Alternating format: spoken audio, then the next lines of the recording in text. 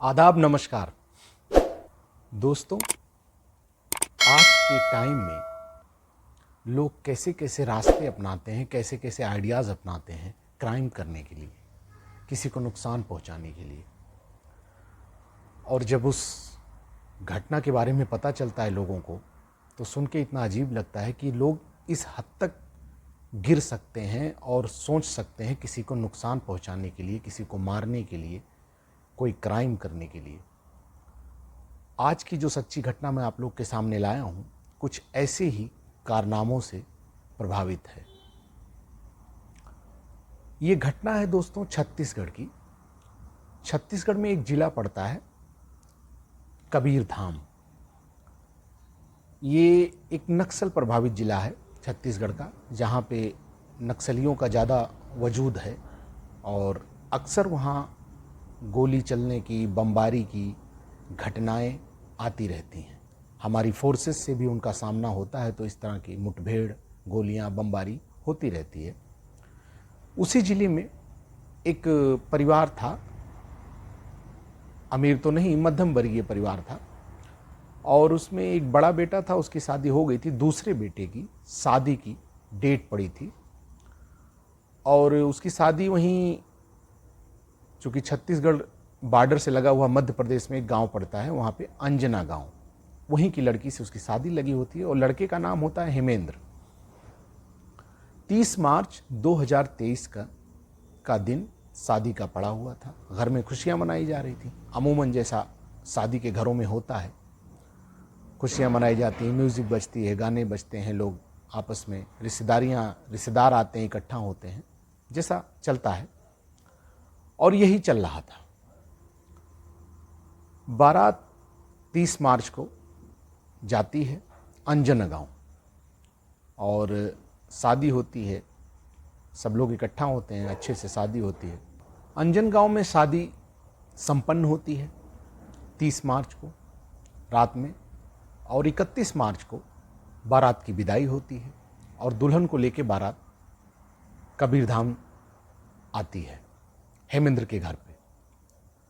दुल्हन आ जाती है और ये जिस वर्ग से ये लोग बिलोंग करते हैं, उनके यहाँ एक रस्म होती है कि शादी के दिन जब दुल्हन आएगी, तो जिस दिन आएगी उसके अगले दिन उसकी विदाई हो जाएगी, यानी अपने मायके चली जाएगी।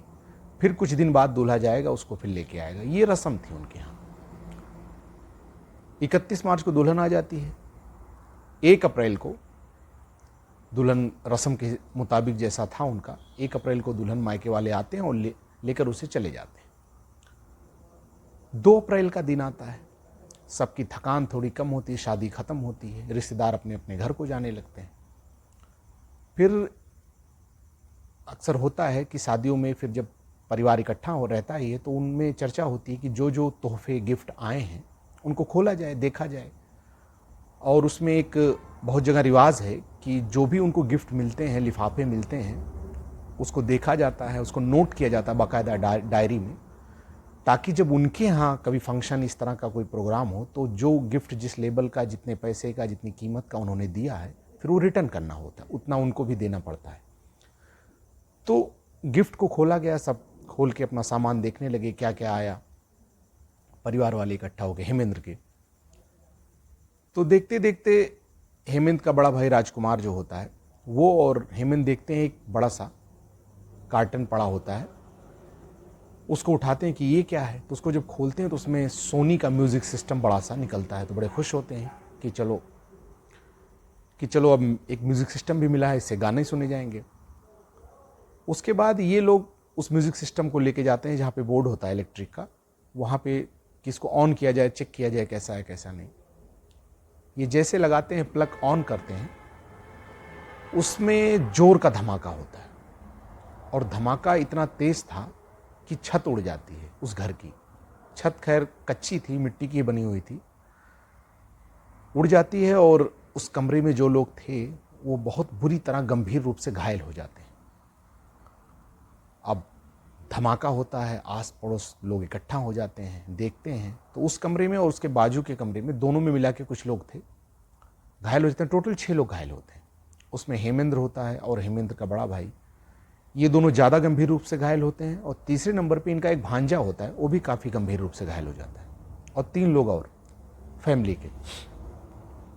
उसके बाद सब लोग इनको उठाते हैं और हॉस्पिटल लेके जाते हैं। हॉस्पिटल लेके जाते हैं तो इतना ज़्यादा घायल हुए होते हैं हेमेंद्र और उसका बड़ा भाई राजकुमार कि दोनों की डेथ हो जाती है, और बाकी लोग क्रिटिकल होते हैं, उन्हें और दूसरे हॉस्पिटल में शिफ्ट कर दिया जाता है। फिर इधर पुलिस आती है और पता करने की कोशिश करती है कि आखिर ये ब्लास्ट, ये धमाका क्यों हुआ। तो पुलिस को लगता है अक्सर नक्सल प्रभावित इलाकों में कुछ फैमिलीज़ या कुछ लोग जो फोर्सेस के लिए मुखबिर का काम करते हैं, तो उनमें से अगर नक्सल को पता चलता है तो उन पे अटैक करते हैं, और इसी तरह बहुत से घरों को उड़ा देते हैं, पूरी फैमिली को उड़ा देते हैं। तो पुलिस को पहले यही लगा कि हो सकता है ये मुखबिरी कर रहे हों और उनको पता चला हो, इसलिए उन्होंने धमाका किया हो। फिर पुलिस उनकी कुंडली निकालना शुरू करती फैमिली की, तो पता चलता है कि क्लीन है, इनका कहीं से फोर्सेस या नक्सल से इनका कोई दूर दूर तक कोई लेना देना नहीं है। उसके बाद फिर पुलिस सोचती है कि पता करती है कि भाई कैसे ब्लास्ट हुआ, सब पूछताछ शुरू करती है कि क्या था क्या नहीं था। तो उसमें से लोगों से पूछती कि धमाका कैसा हुआ। कुछ लोग जो नज़दीक रहे हों, जिन्होंने कुछ थोड़ा सा देखा हो, तो उन्होंने बताया कि एक म्यूज़िक सिस्टम था, ये लोग उसको ओपन कर रहे थे, जैसे प्लग लगाया और ब्लास्ट हो गया उसमें। फिर पुलिस देखती है उधर अंदर कैसा है क्या नहीं। फॉरेंसिक टीम कुछ टुकड़ों को, मटेरियल्स को जो ब्लास्ट वाले वो सब उठा रही होती है, वो इकट्ठा करते हैं जांच करने के लिए। उसमें म्यूज़िक सिस्टम का कार्टन जला हुआ, उसका कुछ पार्ट दिखता है उसमें। और पुलिस की किस्मत अच्छी थी कि जो पार्ट बिना जला हुआ मिला, सेफ, उस पर जिस दुकान से वो ख़रीदा गया था उसका स्टिकर था, उस दुकान की डिटेल थी, कॉन्टैक्ट नंबर थे, एड्रेस था। पुलिस उसको उठाती है और एड्रेस देखती है, तो वो लड़की जहाँ, दुल्हन जहाँ की थी, अंजनगांव के कहीं नज़दीक किसी मार्केट का था, एमपी में। पुलिस की एक टीम वहाँ जाती है, मार्केट में पूछताछ करती है, तो देखता है, तो चूँकि स्टिकर था तो उससे वो उस बॉक्स के पार्ट को देख के वो बिल ढूंढता है, तो पता चल जाता है कि ये 30 मार्च को ही, जिस दिन शादी का दिन था, उसी दिन दोपहर में या सुबह में ख़रीदा गया था। तो पुलिस कहती है बिल दिखाओ। तो बिल में जब वो बिल दिखाते हैं तो एक नाम उसमें आता है, सरजू करके। सरजू नाम का कोई व्यक्ति होता है, वो ख़रीद के ले गया होता है। अब पुलिस वापस चली आती है, कबीरधाम आती है, फिर वहाँ इन लोग से पूछती है कि सरजू कौन है। तो ये लोग कहते हैं कि मेहमान लिस्ट, सारी चीज़ें पता करते हैं, कहते हैं कि यहाँ सरजू नाम का तो कोई नहीं है। बोले इनके रिश्तेदार में, तो रिश्तेदार में भी पता किया जाता है। यानी यहाँ जितने लोग शामिल हुए थे शादियों में या जिन्होंने गिफ्ट दिए थे, उन सबसे पूछताछ होती है, तो किसी ने ना म्यूजिक सिस्टम दिया था, ना किसी का सरजू नाम था। अब पुलिस के पास यहाँ कोई रास्ता नहीं। फिर पुलिस मायके यानी दुल्हन के घर वालों की तरफ रुख करती है। वो अच्छा, ये जब ब्लास्ट होता तो वो लोग भी भाग के पहुँचे रहते हैं क्या, क्योंकि भाई दूल्हा मर गया होता है, दुल्हन विधवा हो गई होती है 3 ही दिन के अंदर। उसकी किस्मत देखिए बेचारी की। अब पुलिस वाले लड़की वालों के मायके वालों से, घर वालों से पूछताछ करती है कि सरजू को आप जानते हैं। तो वो लोग फिर पूरी कहानी बताते हैं कि हाँ, सरजू हमारे गांव का ही है। बोलते कौन है? तो कहते हैं सरजू का लड़की से पहले अफेयर था, वो लोग क्लोज थे, और कुछ दिन बाद जबकि सरजू शादीशुदा था, उसके 2 बच्चे भी थे, लेकिन उसका इस लड़की से अफेयर था और इससे शादी करना चाहता था। तो लड़की मना कर देती है। बाद में जब उसकी शादी लगती है हेमेंद्र से, वो कहती है नहीं, मैं शादी अब वहीं करूँगी जहाँ मेरे माँ बाप कहेंगे। फिर वो उसको धमकाता है कि नहीं, मैं तुमसे शादी करूँगा, ज़बरदस्ती करने की कोशिश करता है। लड़की मना कर देती है सख्ती से। तो हम लोग ने इसकी शादी यहाँ कर दी। फिर पुलिस की एक टीम, सरजू चूँकि गाँव में नहीं होता है, वहाँ से कुछ दूर पे नौकरी कर रहा होता है, 100 किलोमीटर या 150 किलोमीटर दूरी पे। एक टीम जाती है, सरजू को वहाँ पकड़ती है, लेके आती है। उसके बाद फिर सरजू से पूछताछ होती है। फिर सरजू पूरी कहानी बताता है कि हाँ, उसका मेरा ऐसा था, और फिर बाद में उसने मना कर दिया तो मुझे बहुत गुस्सा आया। मैंने कहा मुझे गुस्सा आया, मैं दोनों को मारने का सोचा। बोले दोनों कौन? बोले मैं दूल्हा और दुल्हन को एकदम प्लान किया था कि दोनों को मारूंगा। लेकिन फिर बाद में मैं सोचा कि लड़की अगर मर गई तो मर गई, नहीं तो फिर मैं दूल्हे को तो मारूंगा ताकि ये विधवा हो जाए, बाद में मेरे पास आ जाएगी, फिर मैं शादी कर लूँगा। सरजू पुलिस को बताता है कि मैंने ये सोचा था कि मैं इसे किसी इस तरह मारूंगा जो हादसे की तरह लगे, और गुस्सा मुझे बहुत ज़्यादा था। मैंने सोचा था कि इनके चीथड़े में उड़ा दूंगा। सरजू कुछ दिन पहले पुलिस पूछती है कि मतलब तुम ब्लास्ट के मटेरियल कहाँ से, ये सब चीज़ें कैसे तुम लाए, बम कैसे फिट किए, कहाँ से तुम्हारा कनेक्शन है। पुलिस ये जानने की कोशिश करती है कि इसने ब्लास्ट के मटेरियल लाए हैं, कहीं इसका नक्सल से कोई लेना देना तो नहीं है, कोई जुड़ाव तो नहीं है। सरजू बताता है कि कुछ साल पहले वो एमपी में कहीं माइनिंग्स में, खदान में काम कर रहा करता था पहले।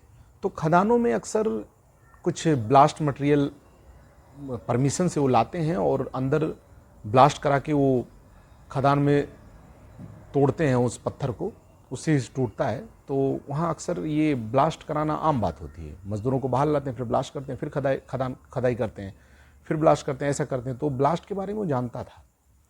तो कुछ दिन पहले वहाँ से जाता है, चूँकि वहाँ काम कर चुका होता, लोग जानने वाले होते हैं, वहाँ मिलने के बहाने जाता है और ब्लास्ट मटेरियल वहाँ से चुराता है और चुरा के लाता है और घर पे लाके बम बनाता है, 2 kg का बम बनाता है। फिर ये सोचता है कि किस तरह रखें ताकि लोगों को लगे एक हादसा या और कुछ। तो ये एक म्यूज़िक सिस्टम खरीद के लाता है, उसमें फिट करता है और इस तरह से फिट करता है कि जैसे उसमें इलेक्ट्रिक या पावर जाएगा वो ब्लास्ट हो जाएगा। तो पुलिस से एक बात वहाँ पूछती है कि तू दोनों को मारना चाहता था? तो बोला नहीं, फिर मैंने सोचा कि दूल्हे को मारूंगा, भले वो मरे ना मरे, वो उसको नहीं मारूंगा, बाद में वो आ जाएगी।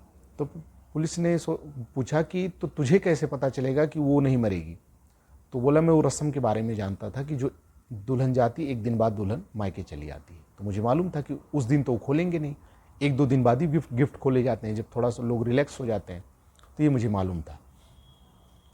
तो ये 2 किलो का बम बनाता है और बम बना के वो म्यूजिक सिस्टम 30 मार्च को जाके ख़रीदता है।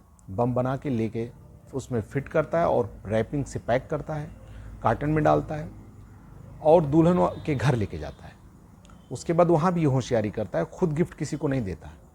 तो देखता है वहाँ मंडप के बाजू में जहाँ पे सारे गिफ्ट रखे थे, सामान रखे हुए थे, दहेज वाले या उनको दूल्हे के घर वालों को देने वाला, फिर एक छोटे से लड़के को बुलाता है और कहता है ये सामान ले जाके वहाँ रख दो।